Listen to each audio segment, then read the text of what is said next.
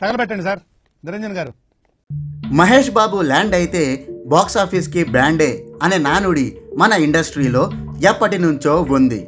గతంలో ఒక్కడు మరియు పోకిరి సినిమాలతో ఆయన ఎవ్వరికి సాధ్యం కాని బాక్సాఫీస్ రికార్డులను సృష్టించడమే అందుకు సాక్ష్యం. అంతెందుకు, యావరేజ్ టాక్తోనే కొన్ని సినిమాలు లాభాల వర్షం కురిపించిన దాఖలాలు కూడా ఉన్నాయి. ఒక్క పాన్ ఇండియా సినిమా చేయకుండానే 500 కోట్ల షేర్ సినిమాలను మహేష్ బాబు కలిగి ఉన్నాడంటే అతని బాక్సాఫీస్ స్టామినా ఏంటో అర్థం చేసుకోవచ్చు. అయితే అంత బ్రహ్మాండమైన స్టామినా ఉన్నప్పటికీ మహేష్ బాబు తన లేటెస్ట్ సినిమా గుంటూరు కారంని మాత్రం కాపాడుకోలేకపోయాడు. అతడు ఖలేజా తర్వాత త్రివిక్రమ్ దర్శకత్వంలో ఈ సినిమా చేసిన మహేష్ బ్రేక్ ఈవెన్ టార్గెట్ని అందుకోలేక ఫ్లాప్ చవి చూశాడు. అవును, మీరు వింటోంది అక్షరాల నిజం. రిలీజ్కి ముందు ఈ గుంటూరు కారంపై నెలకొన్న భారీ అంచనాల కారణంగా ఈ సినిమా హక్కులను భారీ రేట్లకు డిస్ట్రిబ్యూటర్లు కొనుగోలు చేశారు. దీంతో ఇది ఏకంగా 133 కోట్ల మేర ప్రీ రిలీజ్ బిజినెస్ చేసింది. ఇది మహేష్ బాబు కెరీర్లోనే అత్యధిక బిజినెస్ చేసిన రెండో సినిమా. ఈ లెక్కన ఇది సేఫ్ జోన్లోకి చేరాలంటే 133 కోట్లకు పైగా షేర్ వసూళ్లను సాధించాలి.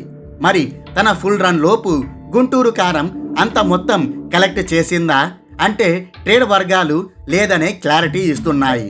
ట్రేడ్ రిపోర్ట్స్ ప్రకారం ఈ సినిమా తన టోటల్ రన్లో కేవలం 114 కోట్ల షేర్ వసూళ్లను మాత్రమే రాబట్టింది.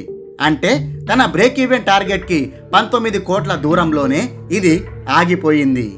ఈ లెక్కన ఈ సినిమా డిస్ట్రిబ్యూటర్లకు 19 కోట్ల మేర నష్టాలను మిగిల్చింది.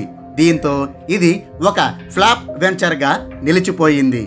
నిజానికి తొలి రోజు ఈ గుంటూరు కారం వరల్డ్ వైడ్గా 52 కోట్ల షేర్ వసూళ్లు సాధించడం చూసి ఇది ఫుల్ రన్ లోపు బ్రేక్ ఈవెన్ టార్గెట్ని చాలా ఈజీగా అందుకుంటుందని అంతా అనుకున్నారు.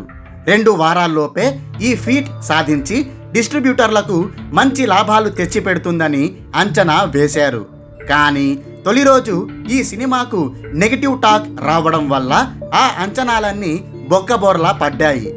నెగిటివ్ టాక్ కారణంగా రెండో రోజు నుంచే ఈ సినిమాకు ఆడియన్స్ కౌంట్ బాగా తగ్గిపోయింది. దీనికి తోడు హనుమాన్ సినిమా కూడా బాక్సాఫీస్ వద్ద పెద్ద ఎఫెక్ట్ చూపించింది.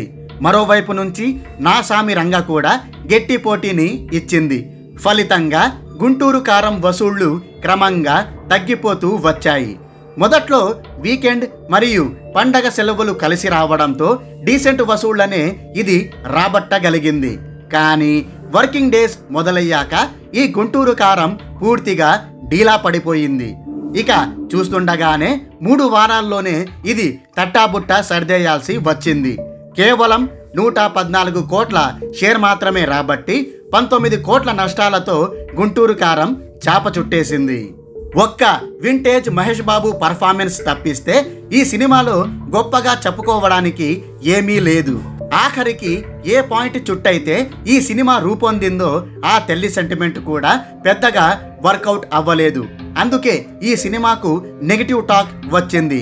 ఫ్యామిలీ ఆడియన్స్ దీనికి బాగానే కనెక్ట్ అయ్యారు, కానీ ఇతర వర్గాల వాళ్లే కనెక్ట్ కాలేకపోయారు. తాము ఆశించిన స్థాయిలో ఈ సినిమా లేదని వాళ్ళు పెదవి విరిచారు. అందుకే ఈ గుంటూరు కారం బాక్సాఫీస్ వద్ద ఇలా బోల్తా కొట్టేయాల్సి వచ్చింది. అయిపోయి